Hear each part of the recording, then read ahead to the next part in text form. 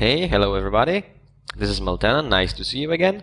And today I've got something special for you guys. I hope that it will make your life easier in terms of working in After Effects and specifically doing color correction.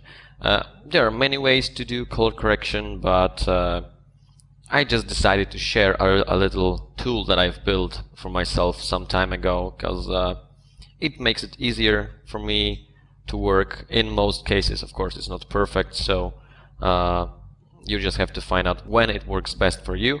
So enough of this, let's get to the point, and what I've got for you is ColorCorrector. And let's just drag this onto this footage. As you can see, this is not a very nice piece of footage. Oh, well, of course, George is a pretty handsome guy, but I mean, the whole shot is pretty bluish like, so we would like to color correct this. And how do we do this? Unfortunately, I was unable to hide this effect, which is in fact color balance. So I just ask you not to change anything in this, because this is driven by expressions. So just focus on this part, which is Polygon Studio Color Corrector. So the first step is to set the master light. Well, not necessarily, it might be like last step, whatever. We just have master light, highlights, midtones, and shadows to manipulate with. And you know what? First of all, let's set the amount to 100, for example, so we can see what's going on live as we change the parameters. So let's add a little bit of red. As you can see, this already takes effect, and please remember that master light is pretty intense. It has the biggest impact on the overall look of the footage, so keep that in mind. So let's set this just to a little bit red, and let's leave it as it is. And I think we can focus mostly on shadows and midtones, and we leave highlights for last because we have very few highlights in here. So let's go to shadows, and let's play with the shadows just a bit to see what works well, and maybe highlights. This already takes effect, and here's a little tip for you. If you find some color working for you but you think it is too intense, like in this case, you can easily change the mode of this color palette from H, S to B, and in this case we can just dim this out a bit and then maybe lower the saturation a bit, and you already see how this works. It is pretty cool way to work with color. So let's leave this as it is, and let's move to the midtones. Maybe let's add a little green here and there.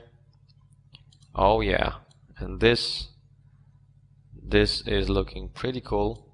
Oh, and by the way, kids, don't smoke cigarettes. They're bad for you, okay? Don't do it. Seriously, don't. Okay, so let's take a look at before and after. This is before, this is after. We pretty much restored the original colors. Well, at least it seemed like we did. So I think this is a pretty cool technique to use, and that's not all. We can of course apply some basic color tools, which is my preset, but it just consists of hue and saturation and curves, because this is what I use mostly to do some color adjustments. So let's add some contrast to this. Well, maybe not too much, like this and like this maybe. Oh yeah, pretty cool. But what about some cinematic looks, right? Let's do some cinematic looks. I believe I will came up with some presets for you to use with this, but just not today. So let's change the master color, master light to maybe greenish like. Let's do the matrix. Matrix is cool. Okay, so greenish. Maybe let's turn the saturation down a bit on the overall image, and maybe add a little bit more contrast to this.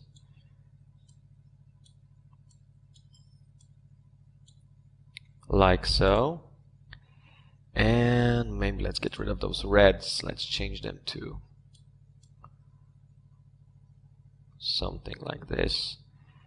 And as you can see, it may seem that the whole picture is bluish, but you can definitely see some oranges in here and reds and greens. So just keep that in mind, because when you're working on some footage and you're looking at it constantly, then you can easily be fooled by your eyes. So just keep in mind that. Just try to find all the different colors, and if you see them, then it means the whole shot is okay. So as you can see, you can basically do any color correction with this, and it's pretty easy, much easier than using the standard color balance, because figuring out how these values should be set up is pretty messy. We can of course turn off the preserve luminosity checkbox in here.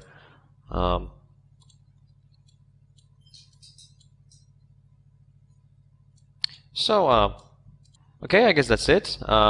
If you like this tutorial and you like this preset, please leave a comment on my website, www.milestannan.com, and you can also find my tutorials on creativecow.net and on the Creative Cow After Effects podcast.